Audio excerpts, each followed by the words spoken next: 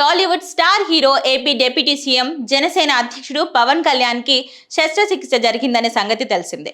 ఇటీవల ఆయన తీవ్ర అస్వస్థతకు లోనవ్వడంతో వ్యక్తిగత వైద్యుల సలహా మేరకు సర్జరీ చేయించుకున్నారు. ప్రస్తుతం విశ్రాంతి తీసుకుంటున్నారు.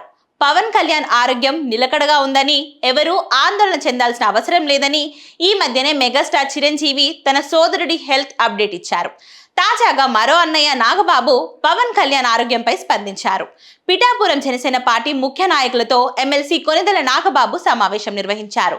ఈ సందర్భంగా మీడియా అడిగిన ప్రశ్నలకు సమాధానం చెప్తూ పవన్ కళ్యాణ్ ఆరోగ్యం ఇప్పుడు బాగుందని నాగబాబు తెలిపారు. ఇంకో 4-5 రోజుల నుంచి వారం రోజుల లోపల విధులకు హాజరవుతారని నాగబాబు తెలిపారు. ఈ సందర్భంగా పిఠాపురంలో క్షేత్రస్థాయిలో సమస్యలు ఉన్నాయని, 5 మ్యాన్ కమిటీ పనితీరు సరిగా లేదని స్థానిక జనసేన పార్టీ నాయకులు నాగబాబు దృష్టికి తీసుకెళ్లారు.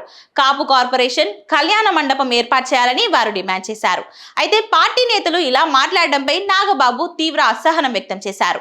పార్టీ అంతర్గత విషయాలు, ఇతర రాజకీయ అంశాలపై మాట్లాడుతున్న నేతలను ఉద్దేశించి ఘాటు వ్యాఖ్యలు చేశారు. పవన్ కళ్యాణ్ ఆరోగ్యం ఎలా ఉందని ఒక్కరు కూడా అడగలేదని నాగబాబు సీరియస్ అయ్యారు.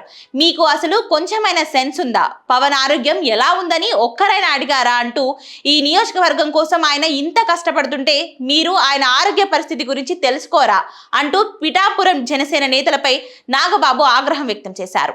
దీంతో నాగబాబు మాటలకు జనసేన నేతలు సారీ చెప్పారు.